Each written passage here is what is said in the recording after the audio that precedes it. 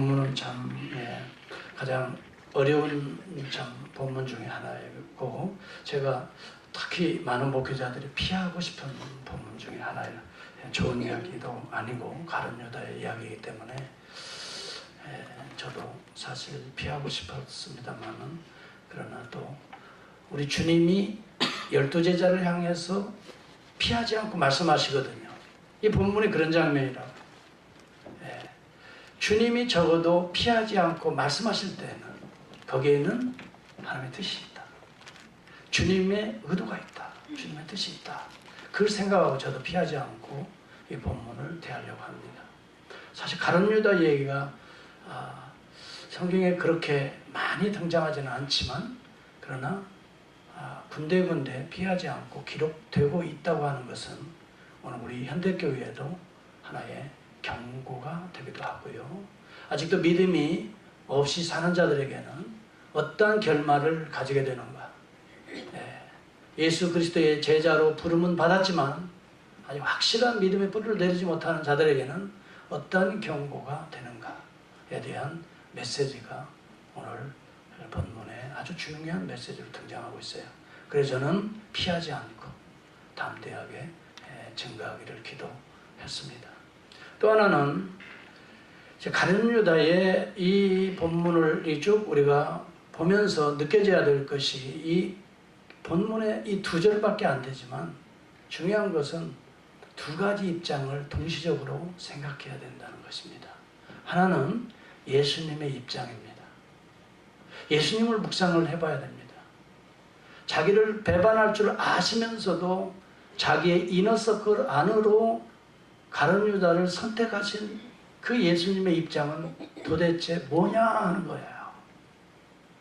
혹 잘못 선택해서 이게 배반한다면 리저너블한 이야기가 오늘 우리 삶 속에 일어나고 있는 거죠. 내가 사람 잘못 봤어. 그런 일들은 얼마든지 우리 가운데 있을 수 있지만, 예수님이 12제자를 선택했다고 할 때는 예수님의 선택에 잘못된 것이 없어요. 잘못된 것이 없음에도 불구하고 선택이 옳았다고 한다면 어떻게 예수님을 배반하는 제자가 그 가운데 나올 수 있겠느냐 하는 예수님의 입장에서 이 본문을 어떻게 해석할 것인가, 하나의 주님에 대한 입장의 부분들이 우리가 풀어야 할 숙제로 나타나고 있고요. 또 하나는 가룟 유다의 입장입니다. 적어도 3년을 주님과 가장 이너서클에서 살았습니다. 동고동락했습니다. 그 예수님의 기적을 모른 게 아닙니다.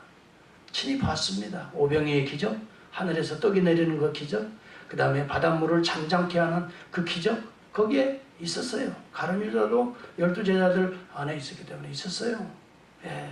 그리고 분명히 우리가 알아야 될 것은, 병든 자들이 고침받고 38년 된 베데스다의 환자가 펄떡 일어나는 것을 누구보다도 본 사람이에요. 기적을 가장 많이 체험한 사람이에요. 실제적으로 주님의 제자로서 본 거예요. 특히 상상할 수 없는 일은 무덤 문을 열고 죽은 자가 살아나오는 이런 기적을 본 사람은 12제자들이에요. 그리고 그때 나사로의 집에 있었던 가족들, 친지들 밖에 없어요. 세상에 그렇게 보고도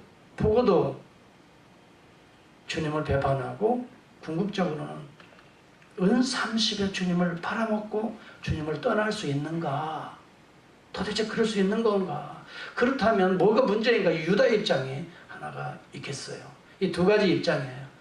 여러분, 이 오늘 본문을 어쩌면 제가 또 언젠가 또 하게 되면, 본문이 나오면 저는 피하지 않고 하겠습니다만은, 오늘 이 2가지의 입장을 오늘 주님이 직접적으로 제자들 안에서 행하신 일이기 때문에 성경에 기록하고 오늘 우리에게 도전하고 있어요. 던져주고 있어요. 이것을 2가지 입장에서 한번 생각을 해볼 필요성이 있습니다. 첫째는요, 예수님의 입장을 먼저 생각하고요, 그 다음에 이제 유다의 입장을 생각하려고 합니다. 먼저는 예수님의 입장을 한번 생각해 보자고요. 예수님이 모르고 실수해서 가룟 유다를 자기의 제자로 선택했을까요? 그리고 여기는 본문에 보면은 가룟 유다는 누구라고 여기에 정하고 있습니까? 70절을 분명히 보시기 바랍니다. 70절과 71절을 여러분의 성경을 열어야 돼요. 절대 저걸로 보지 마세요. 스마트폰으로 설교 듣지 마세요. 예, 여러분의 성경을 가져야 됩니다. 예, 그래서 거기에 줄도 긋고 거기에 여러분의 느낌도 적어놓고 또 메시지의 요점도 본문 말씀도 또 레퍼런스도 써놓으세요. 그래야 나중에 본문이 여러분의 것이 되어가고 그 순간에 여러분의 마음에 새겨지는 거예요. 자, 이제 본문으로 들어갑니다. 내가 너희 12를 택하지 아니하였느냐. 그렇죠? 예수님이 택했다고 해요. 그러나 한 사람은 마귀니라. 자, 그렇다면 주님이 마귀를 선택했다는 얘기가 나오는 거예요. 그렇죠? 자, 제가 여러분에게 질문합니다. 주님이 마귀를 제자로 선택했을까요? 여러분 답변을 못 하잖아요. 예. 다시 질문합니다. 이 본문에 의한다면 내가 너희 12를 택하지 아니하였느냐? 그러나 너희 중에 한 사람은 마귀니라. 그러면 예수님이 마귀를 선택해서 제자를 삼았을까요? 여러분들이 답변할 수 있어야 돼요. 성경을 보면은. 한번 여러분의 생각을 정돈해야 돼요. 여러분의 신앙을 분명하게 성경적으로 바꾸고 가야 돼요. 예수님이 마귀를 자기의 제자로 선택하실 리가 없습니다. 예수님은 그렇게 우둔한 분이 아니십니다. 그렇죠? 예수 그리스도는 하나님의 아들이 그걸 모르실까요? 모르실 분이 아닙니다. 마귀를 선택해서 제자로 삼는 그런 어리석은 예수님은 아닙니다. 이것이 전제입니다. 예. 그렇다면 이 본문의 의미를 좀 더 깊이 묵상해 볼 필요성이 있습니다. 가롯 유다를 불러서 주님의 제자로 삼으려고 주님이 선택했는데 마귀가 그 제자 속에 들어갔다는 것을 말해주는 것입니다. 그래서 여러분 선택받을 때 마귀가 아니라 지금 예수님이 십자가에 준비를 하고 계시는 상황, 십자가에 돌아가셔야 될 그 상황에 마귀가 예수 그리스도를 배반하는 일에 지금 쓰임받고 있는 상황을 주님은 지금 적나라하게 말해주고 있는 거예요. 한 사람은 마귀의 총이 지금 되고 있느니라 이 말입니다. 여러분. 여러분의 성경을 다시 한번 찾아보시기 바랍니다. 요한복음 13장에 들어가면 언제 마귀가 유다에게 들어가는가 한번 그 부분을 살펴보시기 바랍니다. 마귀가 유다 속에 들어가서 지금 그 짓을 하고 있다라고 주님은 말씀하고 있는 것입니다. 여러분 마귀를 주님이 선택한 거 아니에요.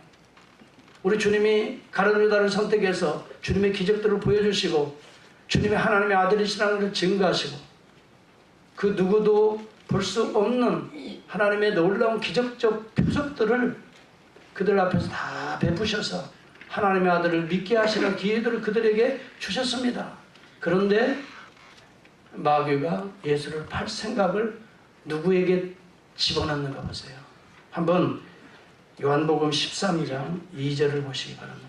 여러분 성경을 가만히 잘 살펴야 오늘 본문이 이해가 가는 거예요. 13장 2절을 보시기 바랍니다. 시작. 마귀가 벌써 시몬의 아들 가룟 유다의 마음에 예수를 팔려는 생각을 넣었더라. 여러분 가룟 유다가 마귀의 조종 종노릇하고 있는 모습이 나타나고 있는 거예요. 우리 주님께서는 가룟 유다를 사실은 예수님의 제자로 부르셔서 놀라운 기적을 베풀어 주시고 하나님의 아들 되심을 믿을 수 있는 모든 은혜에 가까운 이너서클 안에 그를 두었지만 사탄은 그에게 들어가서 예수의 팔 생각을 넣었다라고 말합니다. 그래서 우리 주님이 그런 상황을 미리 예견하시고 지금 이야기해주고 있는 거예요. 한 사람은 마귀니라. 그러면 여기에 마귀의 종노릇하고 마귀의 조종에 의해서 지금 생각하고 말하고 행동한다는 것을 캐치업을 해야 된다는 거예요. 아, 이것은 마귀가 내 속에 들어오고 있는 거구나. 주님은 이것을 경고로 보여주고 있고 친히 말씀해주고 있는 거예요. 여러분 우리의 삶에 예수님을 따라다니는 우리의 삶에 때때로 이와 같이 여러분을 공격하는 여러분의 약점을 파고 들어가는 마귀의 역사가 있다는 것을 오늘 주님은 확실하게 우리에게 경고성으로 보여주고 있는 장면이에요. 이게.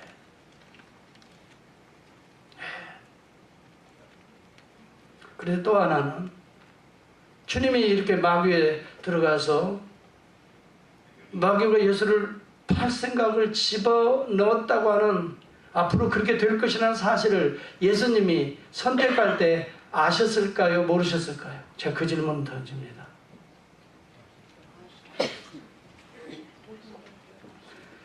자, 다시 한번 질문합니다. 예수님이 마귀를 선택한 건 아니라고 그랬어요. 12제자를 선택을 했습니다. 그런데 지금 우리 주님이 말씀하신 상황에서 한 사람은 마귀니라라고 하는 그 의미는 마귀가 한 사람 지금 지배하고 있다, 점령하고 있다, 이것을 얘기합니다. 그러면 그러한 사실을 주님이 모르시고 지금 하는 거예요? 처음부터 모르셨을까요? 처음부터 아셨을까요? 한번 얘기해 보세요. 처음부터 아셔요.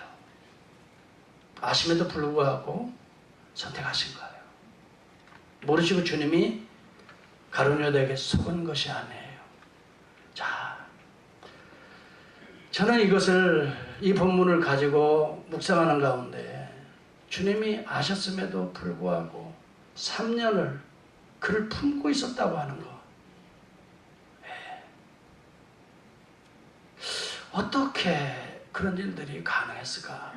저는요, 내 손안에 들어온 작은 선인장 가시들이 여러 번 제가 찔려요. 선인장 열매가 하도 이뻐서 따서 이걸 뭐예요?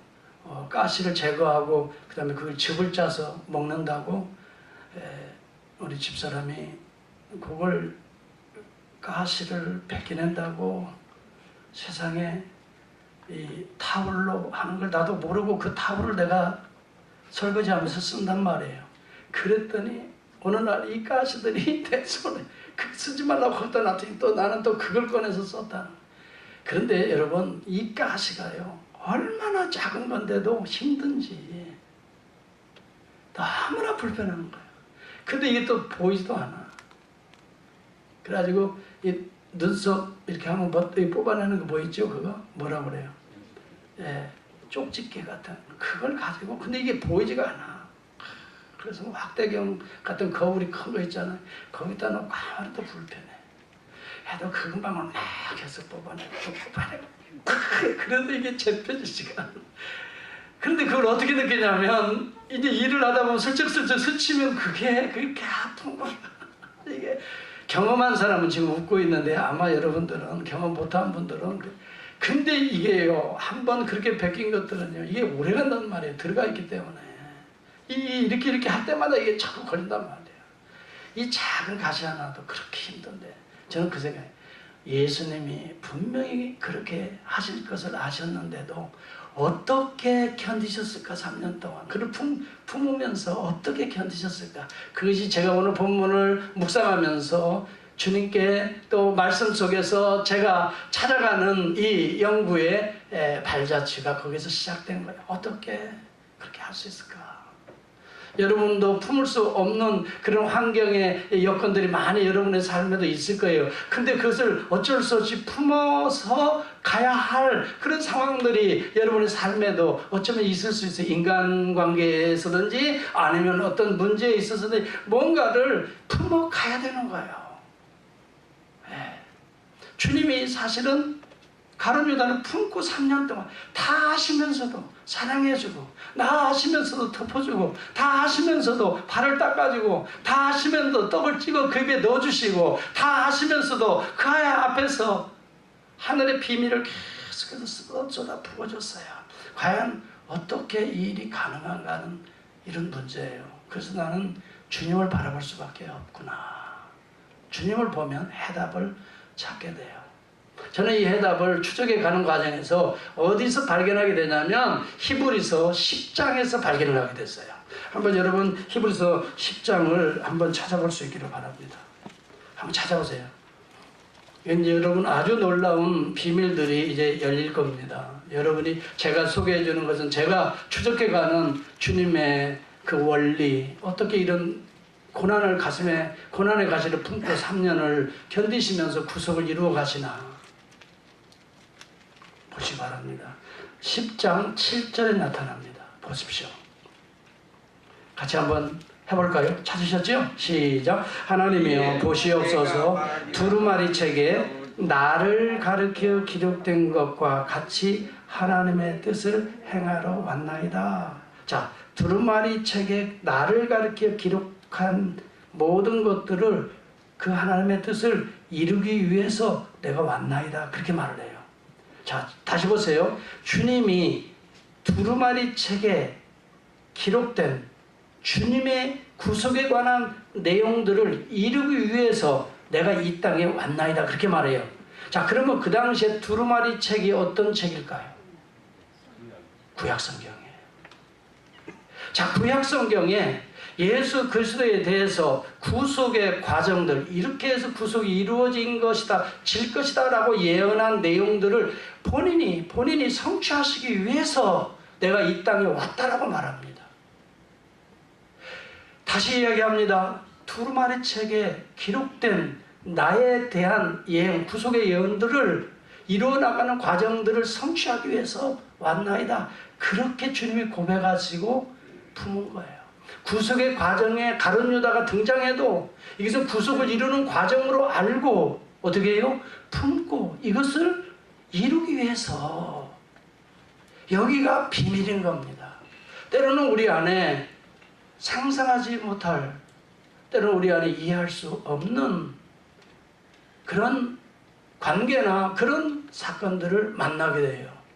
이것을 통해서 우리는 어떤 애티튜드를 가져야 되느냐? 이것을 통해서도, 이 고난을 통해서도 우리 주님은 상상할 수 없지요. 자기가 3년을 어떻게 자기를 배반할 자를 위해서 어떻게 사랑해요? 상상할 수 없는 일이지만은 그 구속의 과정에서 하나님이 허용하신 일이라면 이것을 이루기 위해서 결단하고 품고 가는 거예요. 그래서 우리는 그렇게 기도해야 돼요. 어려운 일이 있고 여러분 품기 힘든 부분이 있으면 주님이 그렇게 품으셨듯이 주여 나도 이 과정을 통해 구속을 이룰 수 있도록 주여 품을 수 있는 사랑과 인내와 용기와 주를 바라보는 믿음을 더하소서 기도해야 될 줄을 압니다. 여러분 스스로는 할 수가 없는 부분이겠지요. 특히 예수님의 팔뒤꿈치를 드는 내용에 대해서는 이미 성경에 예언되었어요. 이 자기의 사랑하는 제자가 예수 그리스도를 배반할 것은 구약 성경에 이미 구속의 과정으로 거쳐야 될 부분이 예언되었다고요. 가룟 유다가 예수를 발꿈치를 든다는 건 십자가에 팔아먹는, 은삼십에 팔아먹는 그런 내용이 예수 그리스도의 구속의 과정에 예언되어 있단 말이에요. 그러면 이것을 이루기 위해서 내가 왔다고 한다면 이것을 거부하지 않는 거예요. 이것을 가슴에 품고 알고 있었던 거예요. 예수님은 구약에 자기에 대해서 예언한 모든 것들을 다 알고 계셨고 그 예언을 우리 주님은 하나씩 이 음미하면서 그것을 자기는 감당하기 어렵지만 힘들지만 그것을 이루기 위해서 하나님 앞에 날마다 기도하며 눈물로 기도하며 이 십자가의 과정을 향해서 달려나갔던 거예요. 자, 그렇다면 예수 그리스도를 배반할 예수님의 제자의 모습이 과연 구약 성경에 기록되어 있을까요? 이것이 질문입니다. 찾아보시기 바랍니다. 성경에 분명히 기록되어 있습니다. 시편 41편 9절을 살펴보시기 바랍니다. 이것이 바로 오늘 두루마리 책에 나를 가르쳐 기록한 것을, 이런 하나님의 뜻을 내가 이루기 위하여, 행하기 위하여 내가 왔나이다 라고 하는 말씀의 근거는 어디에 있을까요? 시편 41편 9절을 보시기 바랍니다. 내가 신뢰하여 내가 사랑을 주는 거예요. 내 떡을 나눠 먹던 나의 가까운 사랑하는 제자도 나를 대적하여 그의 발꿈치를 들었나이다. 이야기를 지금 주님이 하고 있는 거예요. 이것을 주님이 모르시고 여러분 가룟 유다를 품으신 것이 아니라 다 알고 있던 거예요. 이미 나의 떡을 같이 함께 나눠 먹던, 그래서 우리 주님이 성찬식을 할 때 떡 한 조각을 적셔서 가룟 유다에게 주는 거예요. 이것을 받아 먹으라. 요한복음 13장 21절에 그런 내용이 나와요. 내가 떡 한 조각을 적셔주는 자가 바로 그니라 하시고 곧 한 조각을 적셔서 가롯 시몬의 아들 유다에게 주셨다라고 말을 합니다. 자, 그렇다면 시편에 구속을 이루는 과정에서 이루어질 배반의 사건을 우리 주님이 떡을 찍어서, 여러분 왜 떡을 찍어요? 내 떡을 먹던 나의 가까운 친구가 내 발뒤꿈치를 든다는 이 사건을 성취하기 위해서 떡을 찍어서 오히려 가룟 유다에게 주었던 거예요. 여러분, 구속의 과정은 반드시 우리가 상상할 수 없는 고난을 내포하고 있다는 것을 우리에게 교훈하고 있어요. 우리는 감당할 수 없어요. 오직 주를 바라봐야만 감당할 수 있어요. 주의 은혜를, 이러한 은혜를 사모해야만 고난을 통해서 구속을 이룰 수가 있어요. 이것이 예수님의 입장에서 오늘 우리에게 보여주는 첫 번째 교훈입니다. 여러분, 상상할 수 없는 인간관계나 또 어떤 환경을 우리가 수시로 접할 수 있어요. 분명히 내 뒤에서 내 등을 치는 자가 있고 내 등에서 칼을 꽂는 자가 있음에도 불구하고 우리는 품어야 돼요. 왜요? 원수까지 사랑하시라 하시는 두루마리 책에 기록된, 그래서 구속을 이루어가는 과정이기 때문에 우리는, 여러분, 어떻게 돼요? 주를 바라보며 말씀을 성취하며, 이것을 이상하게 생각할 필요가 없어요. 분하게 생각할 필요가 없어요. 우리 주님은 그것을 분노해서 오늘 나를 팔자가 있느니라, 내 떡을 찍어주는 바가 크니라, 이렇게 말하시는 게 아니에요. 분노해서 그러시는 게 아니에요. 하나님의 말씀을 담대하게 성취해가는 과정에서 이 주님의 쓰라린 자신을 향하여 칼을 대고 있는, 칼로 자신의 가슴을 찢고 있는 그를 향하여 떡을 내미시는 거예요. 이것을 A.W. 핑크, 다시 말하면 아더 핑크는 이렇게 주석을 하고 있는 내용을 제가 보게 됩니다. 의심할 여지 없이 이것은 예수님에게는 하나의 큰 고통이요 아픔이요 시련이었다라고 주장하고 있어요. 예수님은 3년 동안 자기를 팔 가룟 유다와 함께 동거하신다고 하는 사실이 육신의 몸을 입고 온 예수에게 있어서는 하나의 큰 고통과 아픔과 상처이죠. 그럼에도 불구하고 그를 끝까지 사랑으로 대해 주셨다. 이것이 오늘 우리가 주를 바라봐야 할 관점이라는 거예요. 여러분의 삶에 어떤 어려움의 문제, 상상할 수 없는 문제가 있다 할지라도 고난을 통해서 구속을 이루시는 하나님의 과정으로 이것을 우리가 받아들이는 것이, 저는 두루마리 책에 기록된 것을 내가 이루기 위해서 이 땅에 오셨다는 주님의 애리튜드입니다. 그것을 향해서 분노하고 그것을 향하여 대적하는 것이 아니라 그래서 그대로 받아들이는 것. 그러면서도 아버지의 뜻을, 구속을 이루어가는 것, 그를 위해 기도하는 것. 그래서 우리 주님은 자기를 향하여 못을 박는 그 죄인을 향해서도 저주하거나 분노를 표한 적이 없어요. 오히려 아버지여, 저들이 하는 것을 알지 못하나이다, 저들을 용서해달라고 구속의 피를 흘리고 있는 거예요. 두루마리 책에 기록된 것을 성취하러 오시는 우리 주님처럼 오늘 우리에게는 하나님의 두루마리 책이 우리에게 주어져 있습니다. 어떤 원수라 할지라도, 어떤 험악한 인생의 환난의 때라 할지라도 여러분은 품고, 여러분 하나님 앞에 이것을 통하여 구속의 은혜로 결실을 맺을 수 있도록 우리는 기도하고, 우리는 어떻게 해요? 사랑하고 끝까지 포기하지 않고 여러분이 해야 할 하나님의 영적 숙제들을 끝까지 다 행할 수 있는 저와 여러분이 될 수 있기를 바랍니다. 이것이 우리 주님이 우리에게 보여주고 있는 첫 번째 놀라운 교훈이에요. 욥이 자기는 상상할 수 없는 어려운 환경을 만납니다.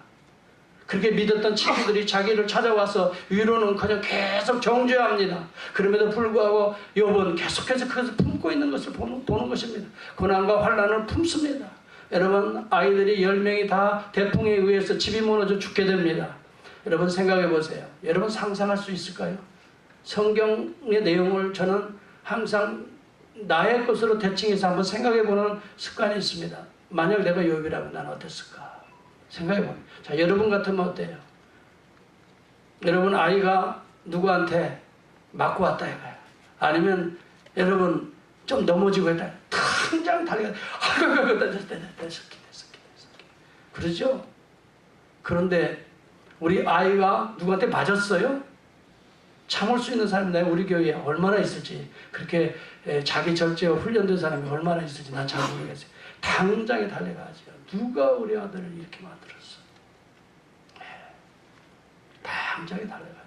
그리고 앞뒤 정황 볼 것도 없이 난리를 치죠. 이것이 다 우리입니다. 누구가 아니에요. 다 우리예요. 우리들은 그런 속성을 가지고 살아가요. 근데 우리가 어떻게 구속함을 입습니까? 주님을 바라봐야 돼요. 여러분, 아무리 고상한 인격을 가진 자도 속은 부글부글 할 거예요. 이것을 표현을 잘 안 하는 훈련이 되어 있을 뿐이지, 사실은 누구에게나 그런 분노가 있습니다. 앵거가 없는 사람이 없어요. 이것을 잘 훈련된 사람은 잘 그런 표현해서 그럴듯하게 그것을 포장해 나가지만, 훈련되지 못하면 그냥 직설적으로 나가기도 하겠지요. 그러나 여러분, 앵거가 누구에게든지 있다고 하는 것은 부인할 수 없는 속성이에요. 근데 우리의 이 앵거를 어디로 끌고 가야 됩니까? 십자가로 끌고 갈 수밖에 없어요. 주님을 그래서 바라보라는 거예요. 믿음의 주여 우리를 온전케 하신 이인 예수를 바라보자고 히브리서 10장에서는 말씀하고 있는 겁니다. 하나님의 허용적 주권을 인정하라고 말하는 것입니다. 나는 이해할 수 없을 뿐이지, 하나님이 허락하셨다면 그 속에는 하나님이 풀어갈 숙제가 있다는 것입니다. 이것을 permissive sovereignty라고 말합니다.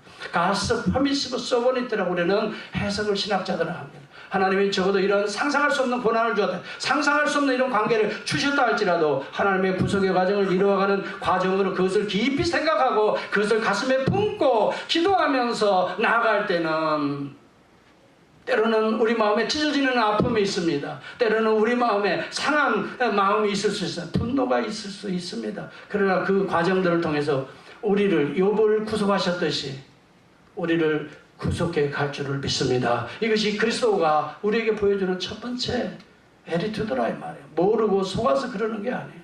알면서도 끝까지 품어주시는. 여러분, 진주가 정말 진주라는 것은, 보석이라고 하는 것은 누구든지 잘 압니다. 일반 다이아몬드 같은 것은 광물성입니다. 죽어있는 산에서 돌 가운데에서 뽑아내는, 여러분, 이것이 보석입니다. 다이아몬드고. 그러나 진주는 왜 우리가 귀하게 여깁니까? 진주는 살아있는 생물체에서 만들어내는 보석이기 때문에 진주를 우리가 더 귀하게 여기는 겁니다.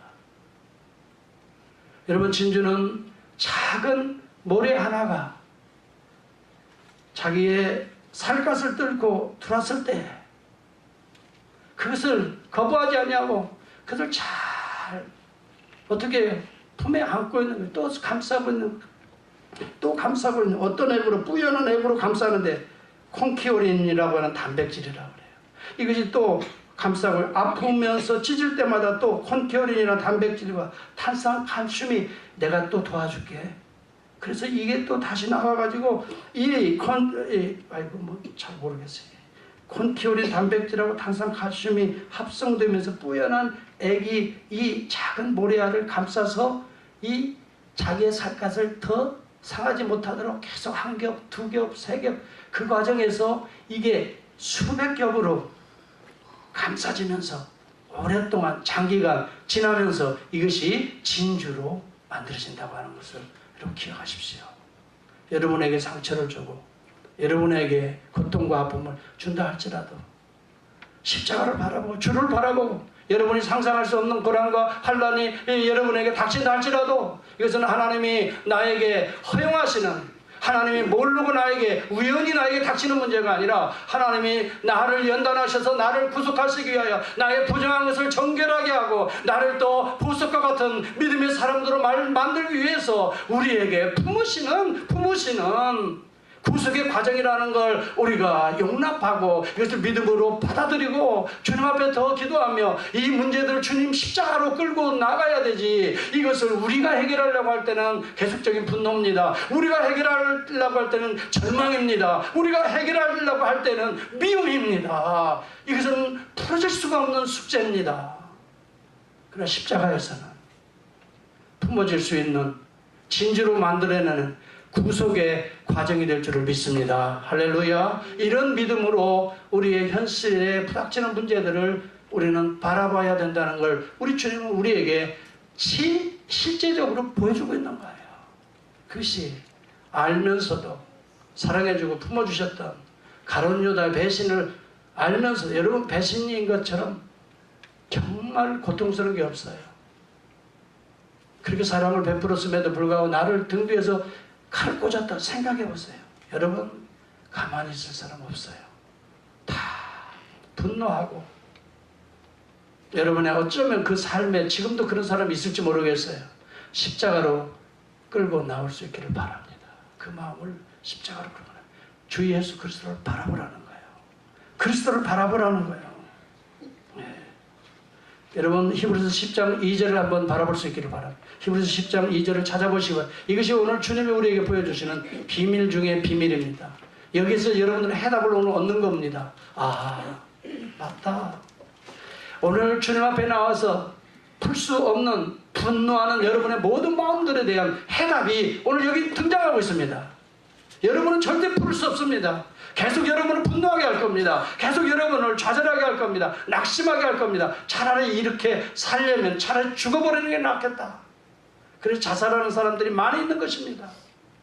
어느 분이 얼마 전에 이 검찰에 끌려가면서 차라리 이렇게 살 바에는 차라리 죽는 것이 낫겠다라고 고백한다는 그 내용을 제가 들은 적도 있습니다. 여러분 그런 일들이 그분에게만 있는 게 아닙니다. 사사롭지만 우리의 삶에도 있는 것입니다. 그러면 어떻게 풀어가야 할까요? 10장 2절입니다. 바로 여러분의 성경에 이 부분은 제가 중요하게 여기기 때문에 줄을 그으라고 말하고 싶어요. 한번 밑줄을 그을 수 있기를 바랍니다. 같이 합니다. 시작. 믿음의 주요. 섬기는 자들이. 장로님 오늘 계속 지금 성경이 조금 다른 성경을 보시는데. 히브리서 10장 2절. 10장 2절. 오 제가 잘못했네. 이렇게 참 자기가 잘못해놓고 남을 이렇게 잘못했다. 12장입니다. 네 죄송합니다. 12장. 결론과 같은 이게 해답을 주고 있어요. 그런데도 목사님 어떻게 해야 될까요? 성경은 다 답이 나왔다니까요. 이 문제를 어떻게 풀어야 될까요? 저는 못 풀겠어요. 솔직히 저는. 성경으로 풀어야 돼요. 12장 2절을 보시기 바랍니다. 같이 봅니다. 시작. 믿음의 주여 또 온전케 하시는 이인 예수를 바라보자. 그는 그 앞에 있는 기쁨을 위하여 그게 구속의 기쁨입니다. 십자가를 참으사 부끄러움도 개치 아니하시더니 하나님 보좌 우편에 앉으셨느니라. 아멘. 이것이 오늘 주님이 가룟 유다를 품으셨던 삶의 비밀이 여기 있는 것입니다. 구속을 이루시기 위해서 그 구속의 과정에는 이런 배반도 있음을 이미 예언한, 특히 같이 떡을 먹었던, 같이 함께 코어 멤버로 축복하고 사랑하고 기적을 베풀어 주셨다. 그 중에 한 사람이 배반한다 할지라도 여러분 이것이 구속의 과정에 필요한 하나님의 허용적인 일이라면 감당하셨기 때문에 여러분 12제자를 품에 안으시고도 그 가운데 한 명이 있다 할지라도 주님은 구속의 길을 포기하지 않았던 거예요. 여러분 어려운 일이 있을 때마다 주를 바라볼 수 있기를 바라고요. 십자가에서 해답을 얻을 수 있기를 바랍니다. 두 번째 우리는요. 이제 가룟 유다의 입장입니다. 저는 가룟 유다처럼 참으로 불행한 인간이 없다고 저는 생각해요. 세상에 예수님을 3년 이너서클 안에서 예수님을 본 자고 만난 자고 그런데 예수님이 마지막 평가는 인자를 파는 사람에게는 화가 있도다라고 말합니다. 마가복음 14장 21절입니다. 그 사람은 차라리 나지 아니하였더라면 그에게 더 좋았을 뻔하였도다 그랬어요. 나에게가 아니에요. 주님에게, 주님과는 상관없는 인물이라 이 말이에요. 그에게 차라리 좋았을 뻔했도다. 안 나는 것이 그 인생은 낭비적인 인생이에요. 멸망의 인생이에요. 하나도 남김없이 복된 인생이 아니었다는 거예요. 어떻게 이런 인물이 있느냐 이 말이에요. 이것이 오늘 가룟 유다가 우리에게 보여주는 두 번째 과제인 것입니다. 어떤 사람들은 나지 않을 뻔, 않는 것이 오히려 좋을 뻔, 그에게 좋을 뻔하다. 여러분, 이 세상에는 두 종류의 인간이 있어요. 축복받는 인생이 있습니다. 나서 좋은 거야. 너 때문에 좋은 거야. 베드로입니다. 다 떠나가려고 할 때 베드로는 뭐라고 말합니까? 너희도 가려느냐라고 하는 주님의 질문에 뭐라고 말했어요? 영생의 말씀이 주께 있으니 주님을 떠나서 우리가 어디로 가겠습니까? 이렇게 고백하는 성도들이 있습니다. 이런 자들이 완벽한 자라고 성경은 말하지 않습니다. 그도 시시각각 넘어졌던 사람입니다. 그도 연약해서 주님을 세 번 부인했던 사람이에요. 그도 연약해서 여러분 기도하자고 깨어있자고 해도 쿨쿨 자다가 졸다가 주님을 세 번 부인하는 엄청난 시험에 들었던 자들이에요. 그럼에도 불구하고 중요한 것은 예수 그리스도를 누구라고 고백합니까? 주여, 그렇게 말합니다. 주님이라고 고백합니다. 영생의 말씀이 주께 있다고 고백합니다. 이러한 자들은 그냥 고백하는 것이 아니라 성령이 역사하는 자들입니다. 마귀가 들어가서 예수를 팔마음을 준 가룟 유다와는 전혀 다른 인생을 지금 고백하고 있는 것입니다. 성령이 역사하는 자는 그리스도를 주라 고백하지 않을 수 없다고 했습니다. 성령이 역사하는 자들은 예수 그리스도를 위하여 주의 말씀이라면 내가 이 두루마리 책에 이 말씀을 이루기 위하여 내가 왔나이다. 주님이 허용하는 고난이라면 주님의 배반하는 자가 있다 할지라도 이 과정을 통해 구속의 과정이 된다면 나는 이것을 품에 안고 사랑하리이다. 여러분, 성령이 역사하는 자들은 그렇게 나아가는 것입니다. 그러나 가룟 유다는 주님을 주라고 고백한 적이 없습니다. 미안하지만 여러분, 성만찬 때에도 그렇게 이 중에 한 사람이 나를 팔리라. 여러분 생각해 보세요. 예수님의 12 제자들이 주여 내니까, 주여 내니까. 그때 영어 성경은 sure 내니까. 그때 로드라고 고백합니다. 주여 납니까? 정말 납니까? 주님 아시는 것 같은데 제가 연약해서 넘어져서 예수님 팔자라고요? 주여 나니. 마지막에 전부 다 성경에 보면은 주여 주여 주여 주여 다 11명이 주라고 고백합니다. 그런데 마지막에 한 사람이 남아서 뭐라고 예수님에게 주여 내니까라고 질문하지 않아요. 성경을 여러분 찾아보시기 바랍니다. 성경을 찾아보면 랍비여 내니까라고 말합니다. 여기에서 근본적인 차이가 있습니다. 예수 그리스도를 주라고 고백하는 자들은 실수가 있습니다. 넘어지기도 합니다. 그러나 회개의 길로 가게 됩니다. 그러나 여러분, 예수를 사람으로 아니면 정치적인 메시아로 아니면 어떤 예수를 따라가면 권력을 얻어서 나도 그 위에 한 자리 해먹은 돈을 사랑하는 여러분 그런 마음으로 주를 따라가는 자들은 주를 주라고 고백하는 것이 아닙니다. 랍비여 선생님이라고 고백합니다. 여러분, 선생님이라고 하는 것은 우리가 언제 씁니까? 별로 인간적인 깊은 관계가 없을 때 선생님이라고 합니다. 그렇죠? 네. 저도 처음에 온 분들은 직분도 보고 알 수 없으니까 그래도 주님 앞에 나서 반가 선생님, 반갑습니다. 그렇게 말해요. 여러분, 선생님이라고 말하는 것은 그분은 전혀 알지 못할 때, 진정 알지 못할 때는 레바이, sure I am? 나라고요? 레바이. 여러분, 성경을 보시기 바랍니다.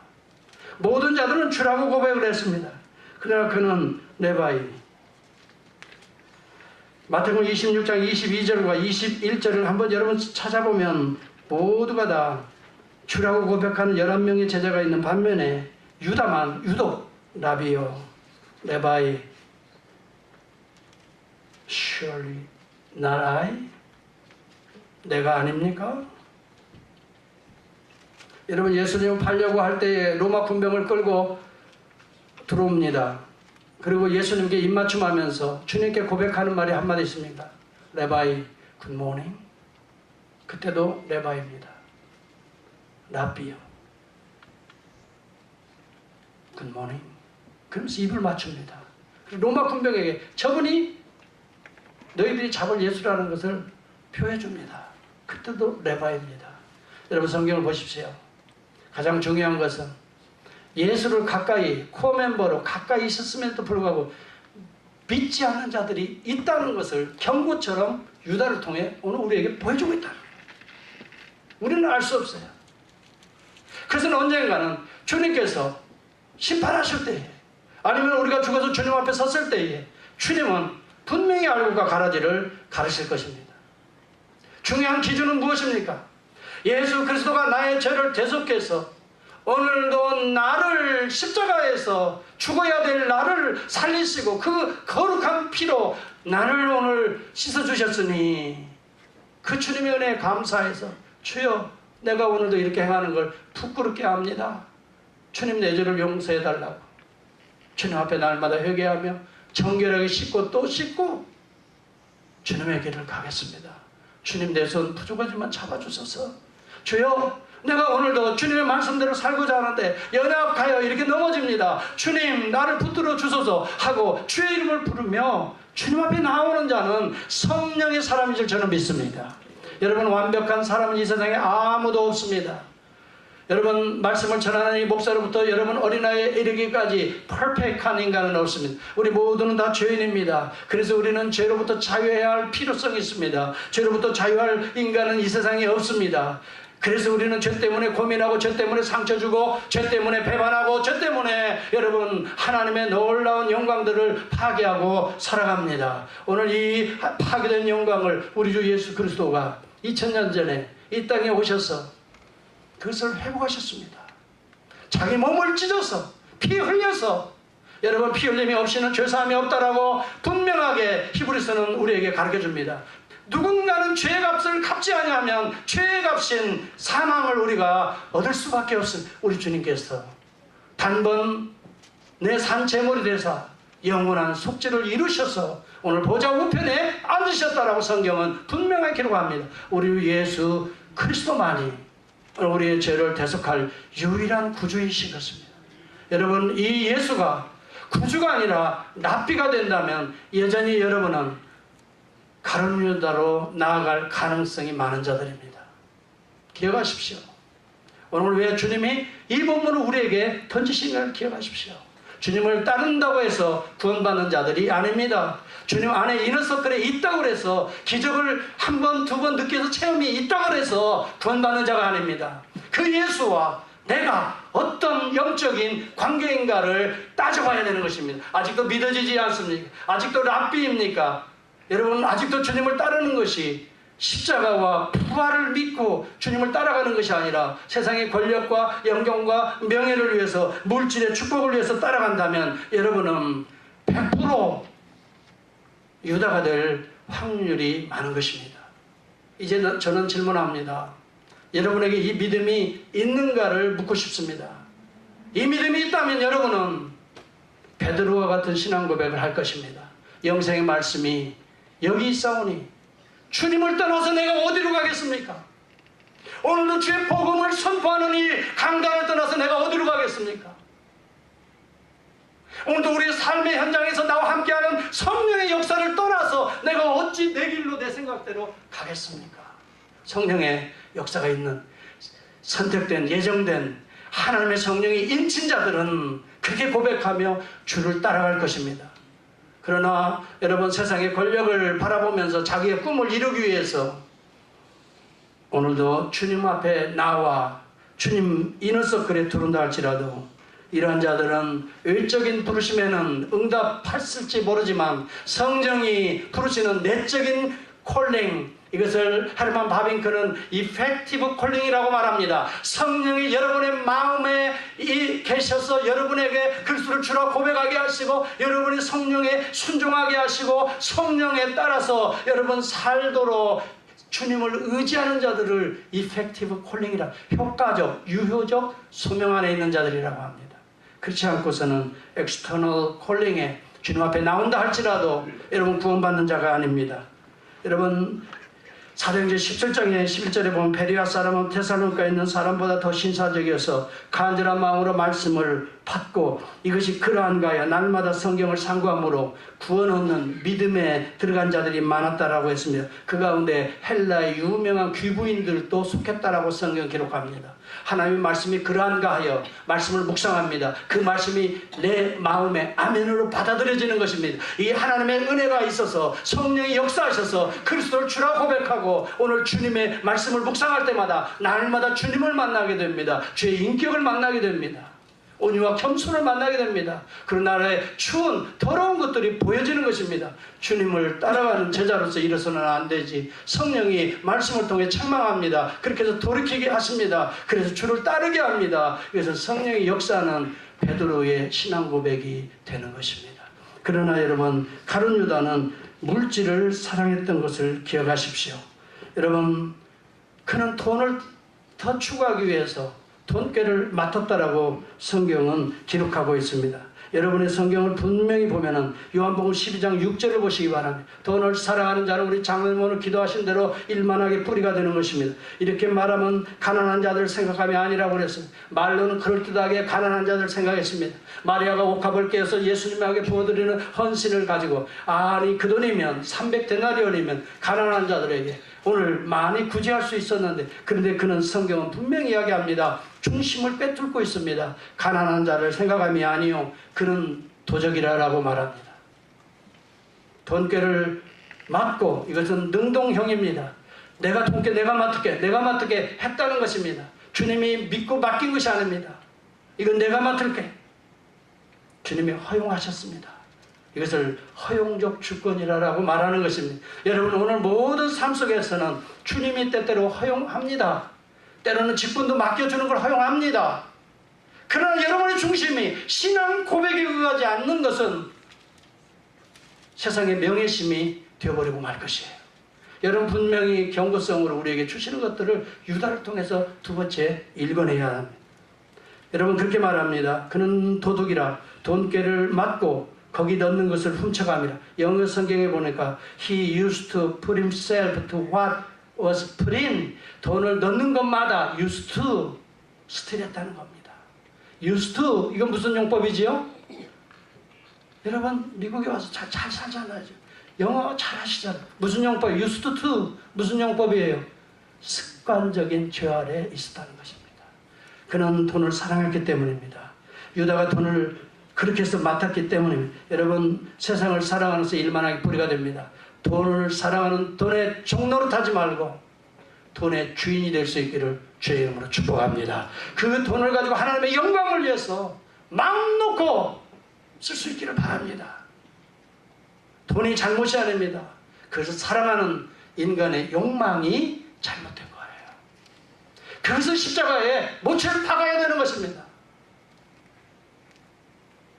그것을 못 박지 않는 한 계속 여러분 그것이 여러분을 미혹하는 것입니다. 마귀는 그 마음을 타고 틈새를 타고 들어오는 것입니다. 그래서 여러분 성경은 우리에게 분명히 말합니다. 경고로 말합니다. 야고보서 4장 7절에 보면은 이 마귀를 대적하라라고 말합니다. 마귀는 우리의 약점을 타고 들어옵니다. 우리의 육신에 이 분노를 타고 마귀가 들어오는 것입니다. 그래야면 마귀를 대적해야 합니다. 너희를 피하리라라고 말합니다. 그러면서 우리는 하나님을 가까이 하라라고 말합니다. 그래야면 너희를 성령이 가까이 하시리라 그랬습니다. 여러분 마귀는 지금도 우는 사자처럼 우리를 두루 삼키며 삼킬 자를 찾는다라고 베드로전서 5장 8절은 말합니다. 그렇지만 우리는 마귀를 대적하라라고 성경 우리에게 동시적으로 권면합니다. 성령의 사람은 마귀를 대적하는 사람이지 마귀의 종노릇하는 사람이 아닌 것입니다. 여러분들은 성령의 사람이 될 수 있도록 성령을 사모하시고 또 성령의 은혜로 그리스도를 주로 고백하시고 날마다 성령의 인도에 순종하는 주의 백성들이 될 수 있기를 축복합니다. 그렇지 아니하고서는 구원받을 자가 없습니다. 그렇지 아니하고서는 이 가룟 유다가 다른 데 있는 것이 아니라 오늘 내 안에 있는 것입니다. 여러분에게 질문합니다. 여러분은 가룟 유다입니까? 아니면 연약하지만 주님을 주로 고백하는 주님의 능력을 사모하는 베드로입니까? 기도하겠습니다.